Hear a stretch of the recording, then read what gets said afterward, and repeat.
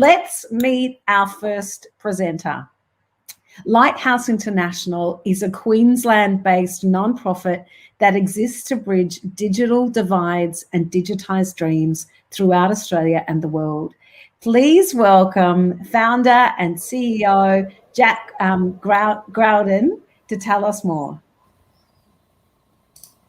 Good evening, everyone. Imagine for just a moment the last 24 hours of your life without a laptop, desktop, or tablet. How would you have worked? How would you have studied? How would you have streamed Netflix or KO? How would you have paid the bills? How would you have typed that resume or assignment? And for those who are joining us virtually tonight, how would you have been able to be a part of this awesome TFN live event?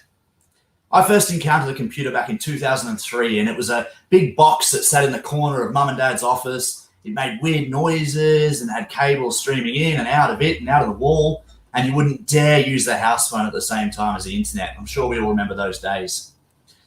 Digital tools were an oddity then, but the reality is that they are now indispensable to modern life. No longer just tools, they're the bedrock of a digital life sphere that we spend so much of our lives across. For the generations of the future, our children, digital skills and digital access will serve as their passports for success. We think of ours as a highly developed society where our young people are in a privileged position of opportunity. When COVID-19 first struck, we discovered an underreported and desperately underestimated inequality that certainly challenged my own view of our nation's privilege. As you would all recall, schools closed and students were forced to learn from home, with the assumption just being that they would simply learn on their own digital devices. And it was at that moment that we found ourselves asking what has turned out to be an outrageously stupid question. I wonder if there are students in our own backyard here in North Queensland who don't have a computer at home. So we then decided to ask that question publicly on Facebook, saying that we had 50 computers to give away just in case some students needed it. Within 48 hours of launching our digital inclusion program on a single Facebook post, we were absolutely swamped with 1,400 applications for a digital device. In fact, with the notifications just streaming in by the minute, I had to banish all of my own digital devices from my room just to get an ounce of sleep.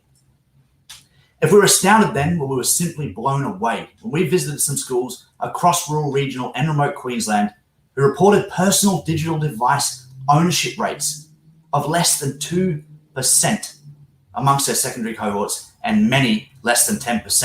And at one particular school, right here in our backyard, only 2 students had access to a computer at home in the digital age. 2 students in a whole school. The deputy principal of another school in Cairns stayed up till 5 a.m. on a school night, submitting 509 applications for her students. And so we have realized that the digital divide is not just a developing world problem. Across Australia, thousands of our future leaders experience that 24 hours that I asked you to imagine at the beginning every single day. And our digital inclusion program is changing this reality for them by equipping them with personal digital devices. Now, those 2% and 10% of secondary cohorts without a digital device, well, we've raised some of those to more than 40% within 12 months. And in the case of a cohort of recently resettled refugee families from Central Africa studying at the Townsville State High School, by the end of this month, we will have taken that cohort from 0% to 100% in just 12 months. Every student, every family equipped with the tools to succeed in their new community. And it's much more than simply having a tool to do homework and assignments on at home. I've personally shaken hands with students who have seized the opportunity in front of them and have even started their own online businesses on their device. I've spoken in fluent English to students who did not know a word of it before they received their device and watched Congolese YouTube videos with English subtitles. I've met a student who once saw his career taking place at the local server or bakery or workshop in his small rural town. He's now enrolled in a Bachelor of Engineering at James Cook University after discovering the possibilities of university online from a single Google search on his device.